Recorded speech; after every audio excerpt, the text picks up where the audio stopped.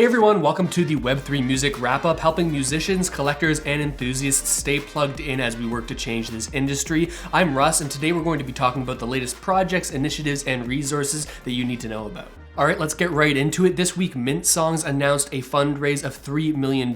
They've raised funds and also launched a new product, which we're going to get into in a second. If you haven't heard of Mint Songs, they're an NFT music minting platform that focuses more heavily on the editions side of things, whereas other platforms may focus on minting one-of-one editions of songs. Mint Songs seems to be sort of focusing on that editions side of things. And this $3 million fundraise will definitely help them achieve that and more of their goals on the Mint Songs platform. If we scroll down here, we can learn a little bit more about the new product that they've brought out. They say right here that they're excited to announce the launch of Posters, a new way for artists to build their Web3 communities from the ground up. Posters will enable artists to convert prints and flyers from tours, festivals, and more into NFTs that their fans can claim for free with their email address and build their digital collection. Of course, this posters function is interesting and exciting in and of itself, but I am actually interested in the way that they're doing it because they seem to be saying here that you're going to be able to, or fans are going to be able to, actually claim these NFTs with their email address. Now, if this means that fans can sort of bypass the initial onboarding of installing MetaMask and going through all of the typical Web3 wallet concerns that could be a little bit off-putting for new users, then this is a great sort of way to sort of open the doors gently for more fans and potentially more future creators to get exposed to the Mint Songs platform and Web3 music in general. And the other aspect that makes Mint Songs a very easy place for people to get onboarded is the fact that it's not running only on the Ethereum mainnet, it runs primarily on the Polygon sidechain of Ethereum.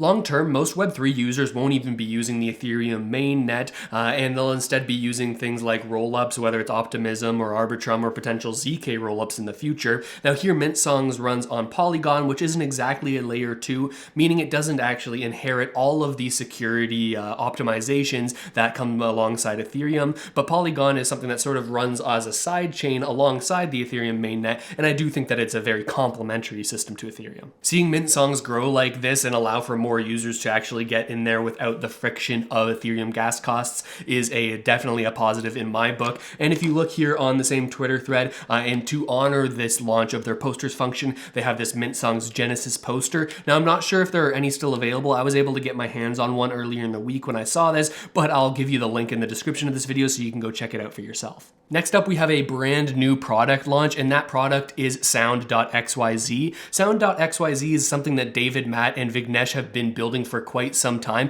and just this week they put out their Hello World post explaining exactly how Sound.xyz was going to work and how many artists could benefit from using it. Sound.xyz also allows artists to mint NFTs of their music, but they do it in a very unique way. Instead of just having a drop at a random time with nothing sort of surrounding that event of the NFT drop, Sound.xyz does this with a listening party. And the way this listening party works is that all the people who want to mint the NFT can all go to the page at the same time and listen through the track, and people who decide that they want to collect the track can purchase an NFT at that point. Now, they also go the route of doing limited edition releases of these NFTs, whereas Catalog does one-of-ones and Mint Songs seems to do larger edition sizes. It seems like Sound.xyz, at least for this first drop that is going to be happening tomorrow, are limiting it at only 25 editions. There are also some pretty interesting innovations with Sound.xyz as well, because each NFT that you purchase, it's not just something that you collect and just sits in your wallet and you don't get to use. In this case, if you are the owner of an NFT of this song, one of the 25 editions, at least again in this first case, you're able to, much like a SoundCloud, how you're able to leave comments at certain times throughout the song, you're able to leave a comment letting people know what you think of the song at any given point as you scrub through. And there's also a very interesting function here called the golden egg function, where either Sound.xyz or perhaps the artist selects one point in the track that is the golden egg moment, and if your comment is the one that is at that moment, well then you receive a one-of-one edition of with unique artwork from that song. So then a little bit of a gamification here of owning NFTs and commenting and actually using the functionality built into Sound.xyz.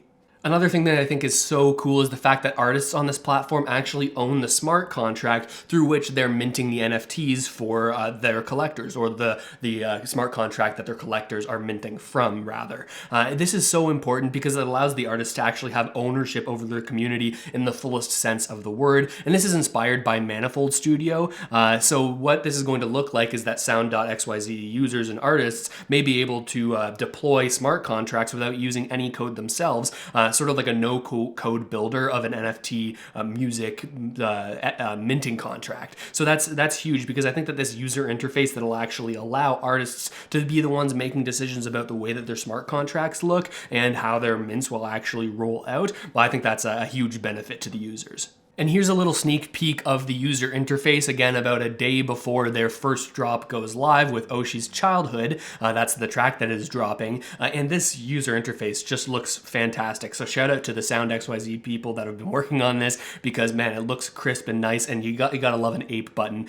So right on here, you can see the countdown for when the drop is actually going to happen. You can actually read a little bit more about the artist themselves, information about the song, what was behind that. It talks about the rewards, the golden egg, as well as the comment wall that we talked about before. And it gives you the opportunity to be, if you're an audience member, one of the first to sort of back this artist and to collect their NFT. Well, then you can actually see yourself on this page as one of the first backers. I love seeing more experimentation in the space, and I'm definitely going to be in attendance for that first ever listening party, and I hope that you are too. Next up, Songcamp's third ever camp has been announced, and the theme of this camp is Camp Chaos. If you're not familiar, Songcamp is a community of many different people who are interested in music and where it meets Web3, a group of people that love to experiment in this space, and it's also one of the best places, if you're a musician, to dive down the rabbit hole to see what's actually going on in the industry. Songcamp has done 2 camps so far. The first one was their Genesis camp, the second was Electra, and inside of these camps, they're sort of like songwriting camps mixed with Web3 hackathons that allows musicians and visual artists and designers and developers to all work together to create really cool experiments that are exploring these fringes of the space. If I tried to explain it in any more depth, I'd really be doing Songcamp a disservice, so make sure to join the Discord. It's down there in the description of this video, and you can get a better idea for yourself. The one thing you're not going to want to miss is every single Monday, Songcamp has their weekly community call. It's Mondays at 4 p.m. Eastern, and once you hop into the Discord, you will find us in here at the squad phone. So Mondays at 4 p.m. Eastern, I'd recommend showing up because it's a community of great people that are all interested in the same things. Next up, Time Magazine wrote a large article on music NFTs and what's happening in the space currently. It's got some great takes in there from many leaders in the space, such as Daniel Allen, Blockchain Brett, Halik Mal, Latasha from Zora, Matthew Heim from Songcamp, the one who started Songcamp, as well as Matt Dryhurst. It's a great article, and it's definitely worth the read if you haven't checked it out yet. Again, link in the description if you want to read it yourself. There's a good mix of optimism here, along with some realistic looks at some of the challenges that we have as an industry, specifically from Matt Dryhurst, who brings up the questions of, should we be building this in a way that forces artists to do the same sort of things that they've had to do in Web 2 to succeed, like going all over social media and letting people know what they've been working on over the past little while. This gives us an opportunity to create things in a way that is actually better for artists. So we have to think hard about what aspects we actually want to import from previous experiences and which ones we might want to leave back in Web 2 world.